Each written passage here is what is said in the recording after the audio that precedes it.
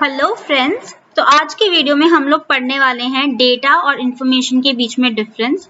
काफी बेसिक चीज है और हमारे सारे ई बिजनेस के या कंप्यूटर के जितने भी चैप्टर्स आए हैं उनके अंदर सब जगह पे यूज हो रहा है। तो मैंने सोचा क्यों ना एक डिफरेंस का वीडियो बनाया जाए। Let's dive into it. So friends, सबसे पहले हम लोग ये जान लेंगे कि डेटा क्या है और इंफॉर्मेशन क्या है। चलिए, सबसे पहला पॉइंट डेटा के अंदर, data is raw fact and figures. For example 32 is data. तो डेटा क्या होता है? डेटा कुछ भी रॉ फॉर्म में होता है, जैसे कि 32। अब हमें नहीं पता कि 32 क्या चीज है। क्या हम 32 रुपीज की बात कर रहे हैं, क्या हम किसी की 32 एज है ये बात कर रहे हैं, या हम ये बोल रहे हैं कि 32 दिन बीत चुके हैं किसी इवेंट को हुए, हमें नहीं मालूम। तो ये 32 क्या है? ये एक डेटा है। वहीं पे अगर हम इंफॉर्मेशन की बात करें तो information is a processed form of data. For example age 32। तो हमारी जो इंफॉर्मेशन है वो क्या है? वो डेटा की प्रोसेस्ड फॉर्म है। जब उसके ऊपर हम कुछ ऑपरेशंस करते हैं, कुछ प्रोसेसिंग करते हैं, वो हमारा प्रोसेस डेटा है। अब जैसे कि यहाँ पे हमने बोला है कि जो एज है वो 32 है। अब इससे हमें क्लियर हो गया है कि जो 32 को हम बात कर रहे हैं वो एक्चुअली में क्या है? वो एक एज है। ठीक है, नेक्स्ट पॉइंट देखेंगे। Point number 2 in data, data is not significant to a business.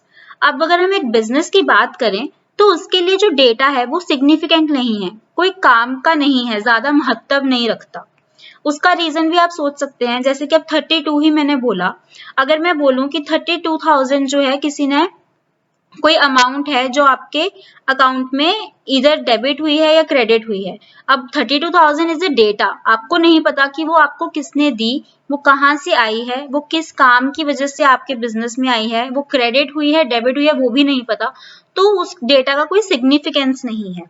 Correct.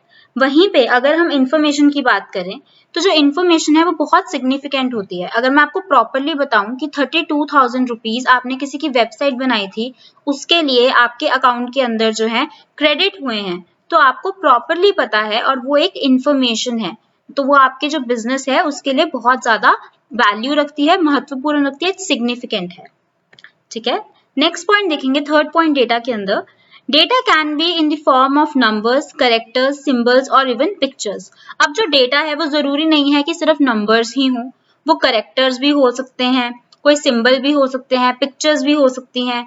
जैसे कि सपोज कीजिए कि कोई फैमिली है, उसके अंदर एक ब्रदर और एक सिस्टर है, उनकी जो पिक्चर्स हैं वो सब मिक्स्ड हैं। ठीक है, मैंने सारी पिक्चर्स मिक्स करके आपको दे दी। अब आप उन फैमिली मेंबर्स को जानते नहीं हैं, तो आपको नहीं पता कि कौन सी पिक्चर किस फैमिली मेंबर की है, तो वो एक डेटा है आपके लिए। ठीक है, थर्ड पॉइंट देखेंगे इंफॉर्मेशन के अंदर। Information is collection of data. For example age and 32 collected together to form information. वही चीज जो मैंने आपको ऊपर भी एक्सप्लेन की कि जो इंफॉर्मेशन होती है वो डेटा की ही कलेक्शन होती है, जिसका मतलब ये है कि जो इंफॉर्मेशन है वो भी नंबर्स, कैरेक्टर्स और सिंबल्स की हो सकती है, क्योंकि वो उस डेटा को मिला के ही बनती है। जैसे कि age and 32, these two things जब आपस में मिली, जब पास आई एक दूसरे के, तब वो हमारा क्या है? इंफॉर्मेशन जनरेट हुई। चलिए आगे देखेंगे। तो हमारा पॉइंट फोर्थ है, data does not help in decision making. अब क्या है कि जो हमारा डेटा है उसके बेसिस पे हम लोग कोई डिसीजन नहीं ले सकते। जैसे कि फॉर एग्जाम्पल आपकी जो क्लास है उसके अंदर बच्चों का रिजल्ट है, ठीक है, पर जब तक आप उसको प्रोसेस नहीं करेंगे आप ये डिक्लेयर नहीं कर सकते कि आपकी क्लास के कितने परसेंट ऑफ स्टूडेंट्स पास हैं और कितने परसेंट फेल हैं। आपके पास सिर्फ डेटा मौजूद है। वहीं पे जब इंफॉर्मेशन है आपके पास, आपने उसको प्रोसेस कर लिया, आपको पता है कि आपकी क्लास के 90% स्टूडेंट्स जो हैं वो पास हो चुके हैं और जो 10% है वो फेल हो गए हैं, तब आप एक डिसीजन ले सकते हैं कि जो 10% स्टूडेंट्स हैं उनका आप क्या करेंगे। क्या वो सप्ली के अंदर जाएंगे, क्या वो क्लास रिपीट करेंगे, या उनके साथ किस टाइप का जो है डिसीजन मेकिंग होना चाहिए, वो आपका इंफॉर्मेशन के ऊपर डिपेंड करेगा। चलिए पॉइंट नंबर 5 देखेंगे।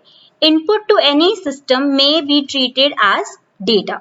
अब डेटा और हम इससे किस तरीके से समझ सकते हैं कि जब भी हम किसी भी सिस्टम के अंदर कोई इनपुट देते हैं, कोई भी चीज हम लोग उसको देते हैं, उसको हम इनपुट की तरह समझ सकते हैं।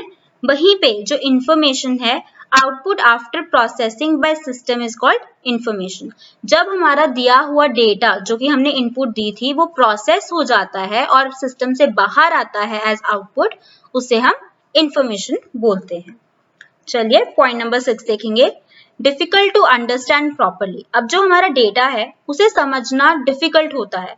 ये तो ऑब्वियस सी बात है क्योंकि वो रॉ फॉर्म में है, ठीक है। अब जिसमें मैंने आपको पिक्चर्स की बात की, अगर मैंने आपको सारी पिक्चर्स एक साथ ऐसे मिक्स करके दे दी तो आपके लिए वो समझना मुश्किल है कि कौन किसकी है, बिकॉज आपको नहीं पता कोई बचपन में कैसा दिखता था और अभी करंटली कैसा दिख रहा है और उसका क्या नाम है। तो जो डेटा है उसे समझना थोड़ा मुश्किल होता है। वहीं पे अगर हम इंफॉर्मेशन की बात करें वो बहुत आसान है समझने के लिए। चलिए अब नेक्स्ट पॉइंट 7 देखेंगे डेटा के अंदर, data must be processed to understand. जैसे कि मैंने कहा कि वो डिफिकल्ट है समझना, तो हम क्या बोल रहे हैं कि जो डेटा है अगर आपको उसको समझना है आपको उसको प्रोसेस करना पड़ेगा, करेक्ट। वहीं पे अगर हम इंफॉर्मेशन की बात करें, जो इंफॉर्मेशन है वो ऑलरेडी अंडरस्टैंडेबल फॉर्मेट में है क्योंकि उसे हम ऑलरेडी प्रोसेस कर चुके हैं, ठीक है। पर जितनी आपने इंफॉर्मेशन प्रोसेस की है आप उसको फर्दर, उसको आगे और ज्यादा प्रोसेस कर सकते हैं, उसका और ज्यादा मतलब निकालने के लिए। जैसे कि हमने अभी बोला था कि हमें पता लग गया कि हमारी क्लास में से 90% जो स्टूडेंट्स हैं वो पास हैं और 10% जो हैं वो फेल हुए हैं। इस इंफॉर्मेशन को हम आगे और फर्दर जो है प्रोसेस कर सकते हैं और ये निकाल सकते हैं कि सब्जेक्ट वाइज रिजल्ट क्या है या ओवरऑल हमारे स्कूल के अंदर किस बच्चे ने टॉप किया है हर क्लास की इंफॉर्मेशन लेके। तो एक प्रोसेस्ड इंफॉर्मेशन जो है उसको आगे फर्दर भी प्रोसेस किया जा सकता है।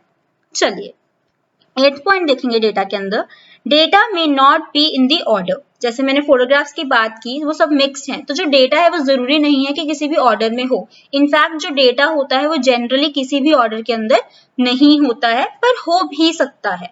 That is why we are saying data में नॉट बी, हो भी सकता है और नहीं भी।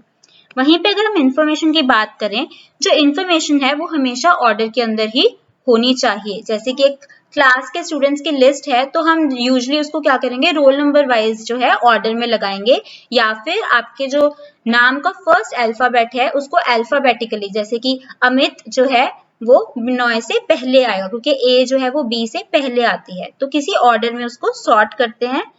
So friends, thank you for watching and I hope कि आपको वीडियो अच्छी लगी होगी और आपके बहुत काम आएगी।